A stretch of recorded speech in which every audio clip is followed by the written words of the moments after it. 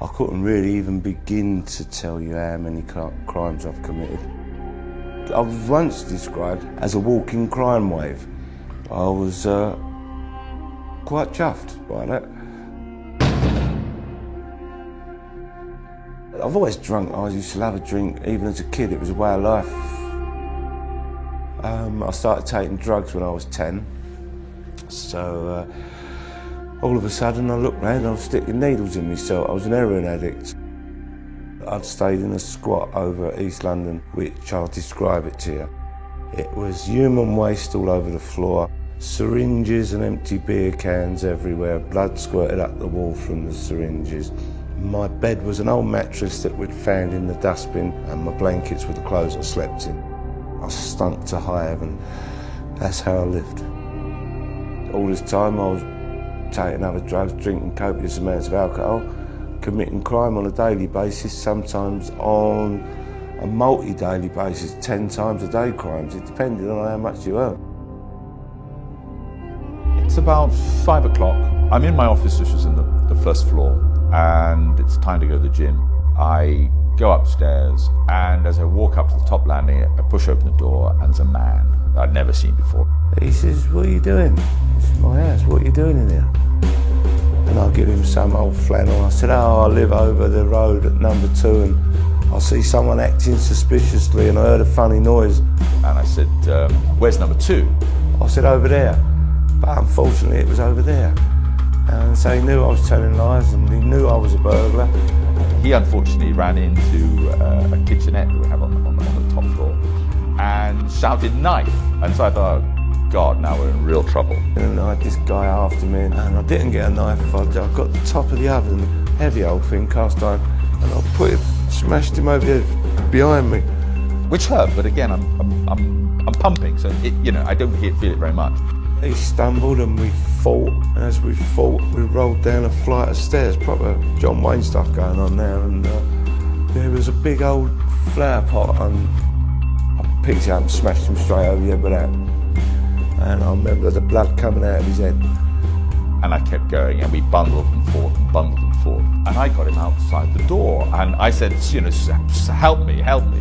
And it just looked like 2 middle-aged men having a ding-dong. And then the police car came, so obviously someone had called the police. The police pull up, and I'm nicked in the back of the van. They said to me, "Are you okay?" And I said, "Yeah, I'm fine." So they said, "Well, you're bleeding." And as I put my hand behind my head, I've got my whole head is just saturated in blood. I'm not about to sit there feeling remorseful and sorry.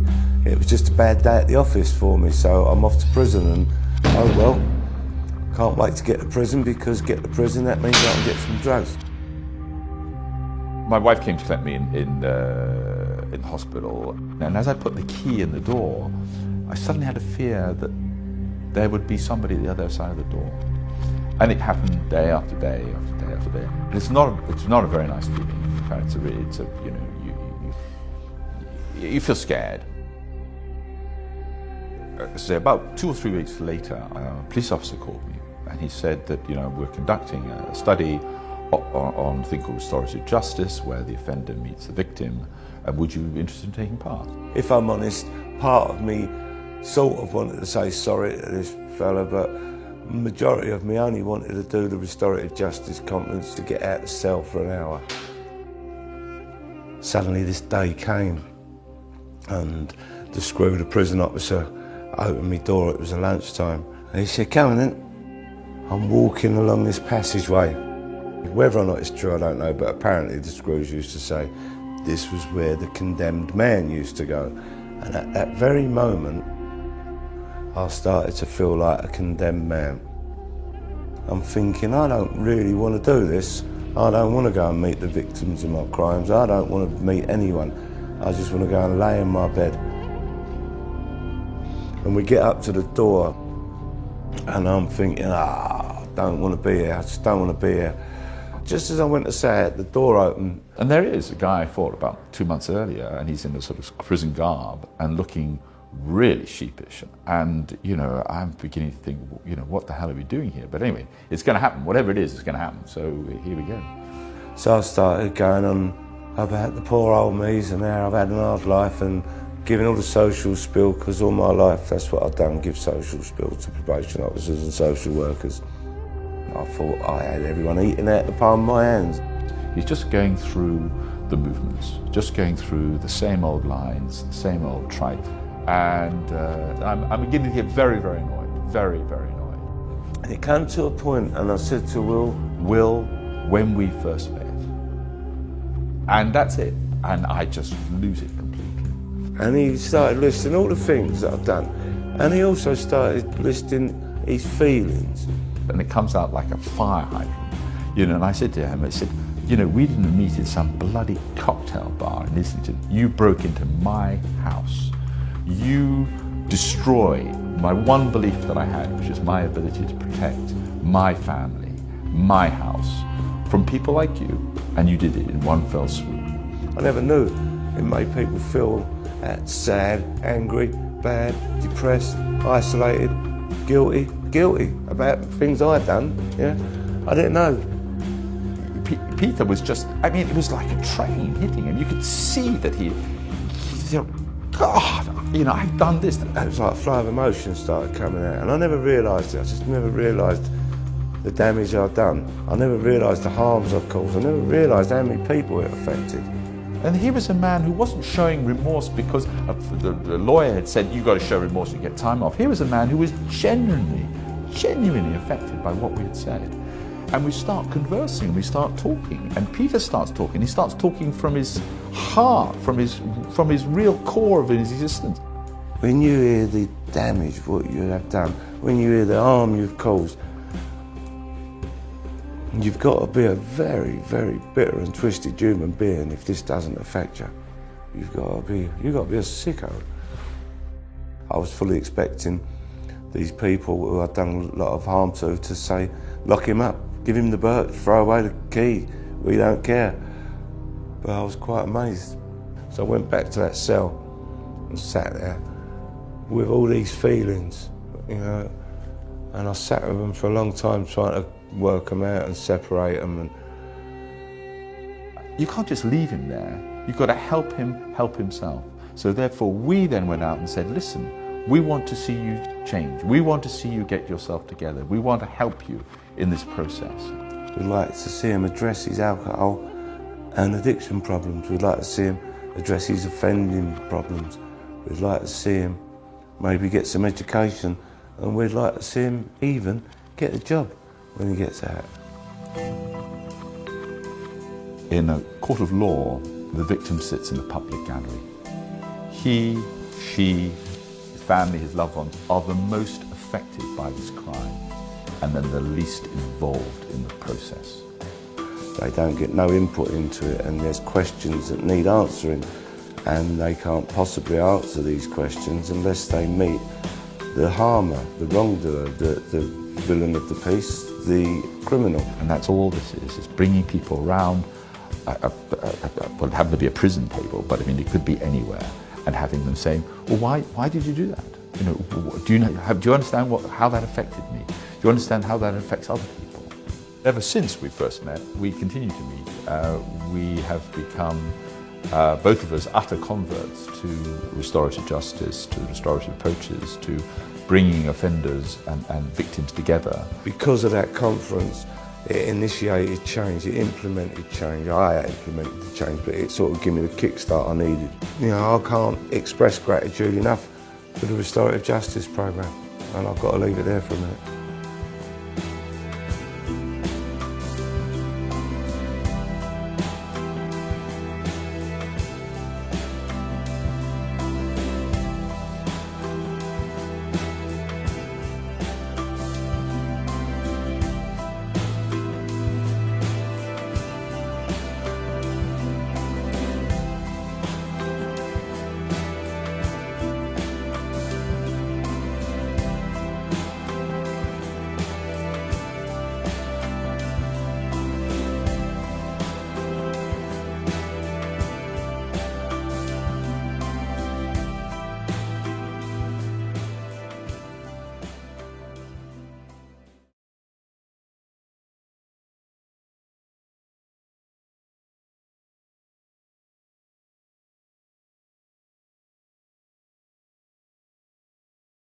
So you have to remember that this is over 19 years ago now.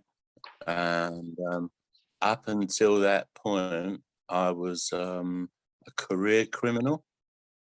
And my job, I really believed that my job was to be a criminal. I thought that was my job of work. I thought this is what my life was all about. And, you know, because I was brought up in a criminal environment. And so, you know, it was like some sort of weird family ethos that you'd become a criminal sort of thing. It was mad, really crazy. And it still goes on. And it's still going on. You know, I've got family who are in prison and it drives me crazy. But anyway, so I had to relearn life. I had to totally relearn how to live. I had to totally I suppose I had to reassess myself. I had to find who I was, how I was, and, you know, get rid of all these internal belief systems. You know, we've got these inbuilt belief systems, and suddenly, because of the impact the restorative meeting had on me, my whole belief system got turned upside down. And 1 minute it was a spider walking, and next minute it was a spider dead. You know, my belief system was finished. And I remember during the meeting with Will and the doctor, I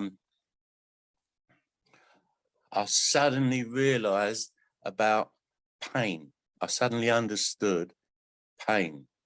And and I look back on that moment, and I think what we was doing during that meeting was sharing our pain, you know. And I suddenly realized that I can remember thinking, wow, I didn't mean for any of this to happen. I didn't mean to cause so much pain. I really remember that so well. And, you know, Will and I are good friends today, and you know, we often sit and drink coffee and have breakfast or have lunch together, and we talk about it. And you know, usually we don't talk about the meeting, but when we talk about the meeting, it was like Will always says, it's a personal thing. This is our thing. No one else can really understand our thing. And I believe that's true, you know.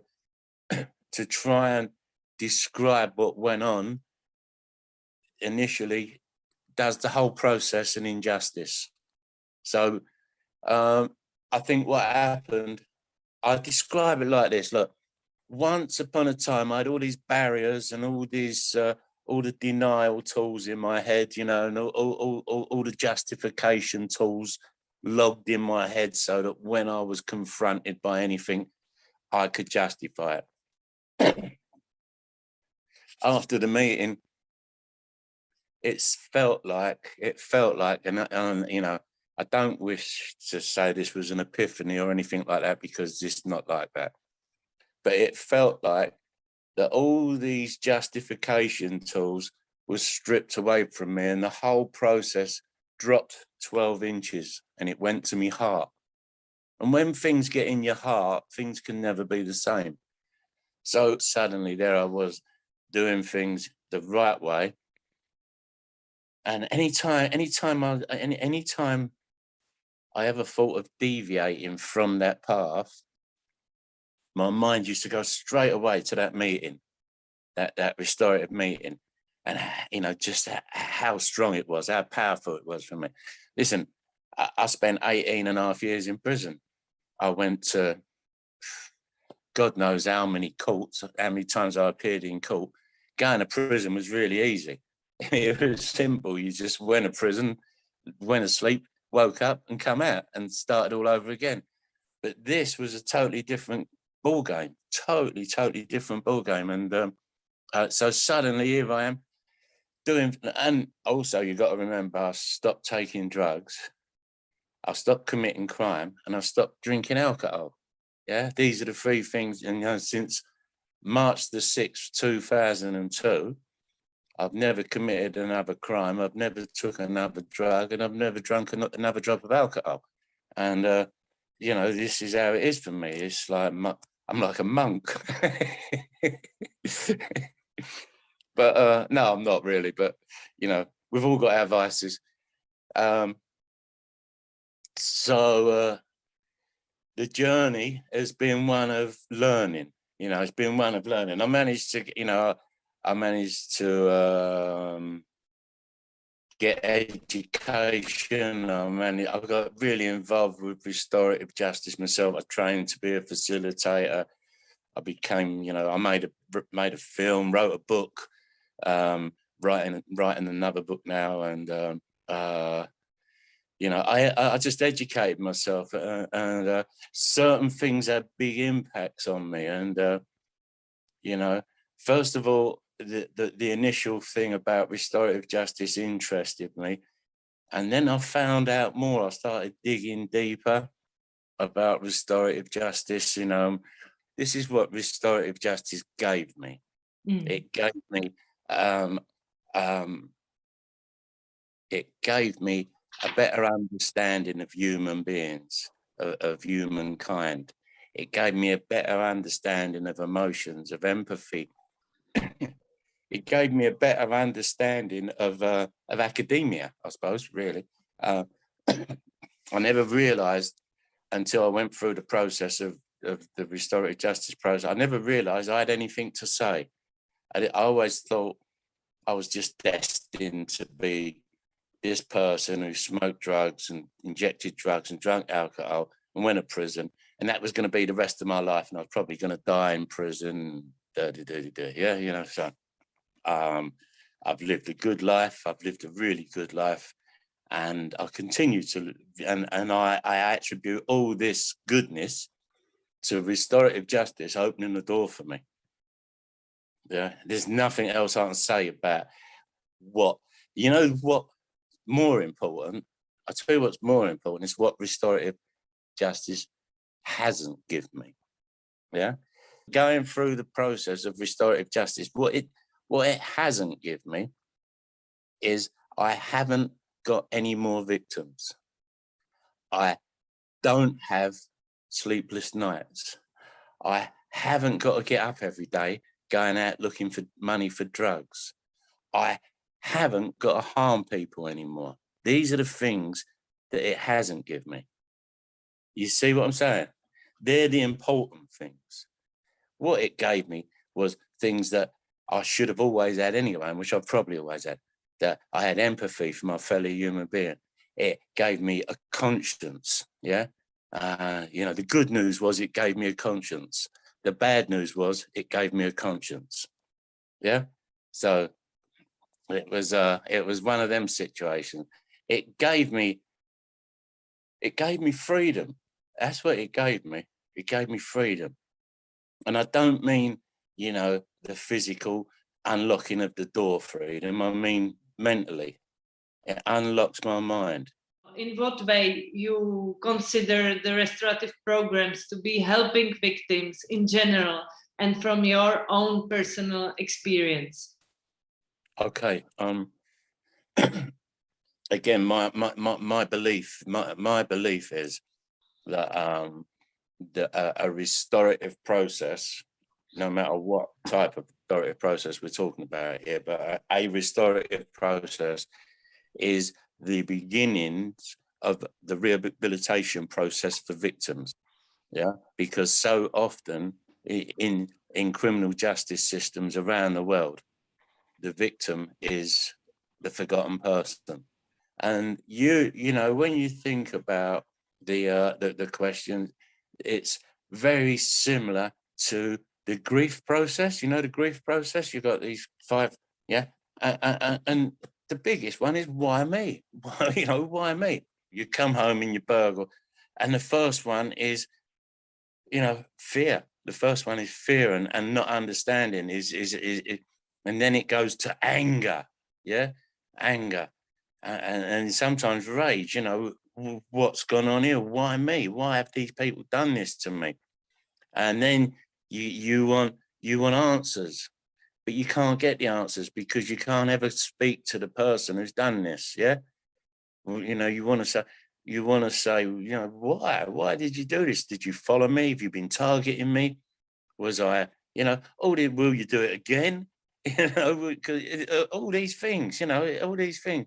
I met Will for the first time since, you know, from the previous RJ meeting, but we met in real life on the steps of the Guildhall, and my heart was, you know, and I'm thinking, oh man, you know, because Will's a big guy, you know, Will's 6'5", he's a big guy, and I think, oh, please don't let him hit me, you know. that's all I could think, you know. And he's, you know, we both felt awkward. And we shuffled around the conversation, and we got on stage together, and we became the Laurel and Hardy. We was a proper double act, you know. We just bounced off each other, and I don't know who was who, but you know, it was like we just hit it off, and we end up having a laugh. We end up enjoying the whole process, and I suppose that was the icing on the cake of the restorative process, because there we were, me who'd done a lot of harm, you know, and a lot of harm, and there was him who'd suffered a lot of harm, yeah, and who was, you know, in bits over it, whose wife was in bits, his daughter was in bits over my actions. And there we are in front of all these people, laughing and joking, and, you know, and acting like children, really, and having a good time together. And that was, you know, if anyone wanted to see what can happen with a restorative process, they needed to be there that day. So every time I'm in London, every time my first port of call is phone Will up and say, come and let's go out. And we go and sit and drink coffee, and we talk about, you know what, I'll tell you what we are. Actually, I'll tell you what we are. We're two men. Yeah, we're two men who sit down outside the cafe in the summer, and we watch the world go by, and we enjoy it. Yeah, and we enjoy it because we can. Yeah, and this is what has brought us. This is what really the deal is. This is what the real deal is. So, yeah. Thank you. It's really nice. It's really nice. So I'm wondering, like, what actually helped you to reconcile with the past, or if I can even use the word reconcile, maybe you would use totally different, but what actually helped you to go farther, and if restorative justice had some stake in that way? I think today, I think restoratively. Mm-hmm. This is how, you know, I think restoratively, you know, and how did I reconcile with the past? You know,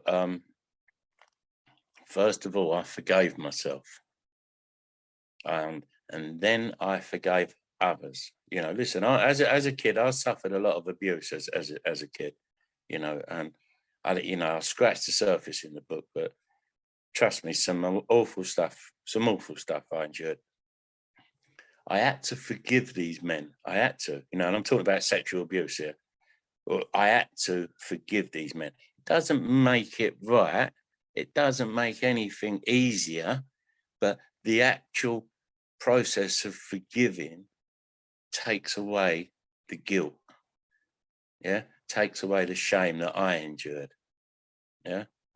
So, and then I've had to forgive myself for so many things, you know, from the silliest, what people would think is the silliest thing, but the most minute action, you know, to some of the worst, because I was a criminal, let's not beat about the bush.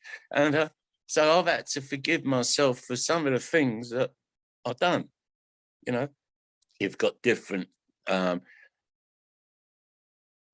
when you feel shame about something, it's totally different from being ashamed.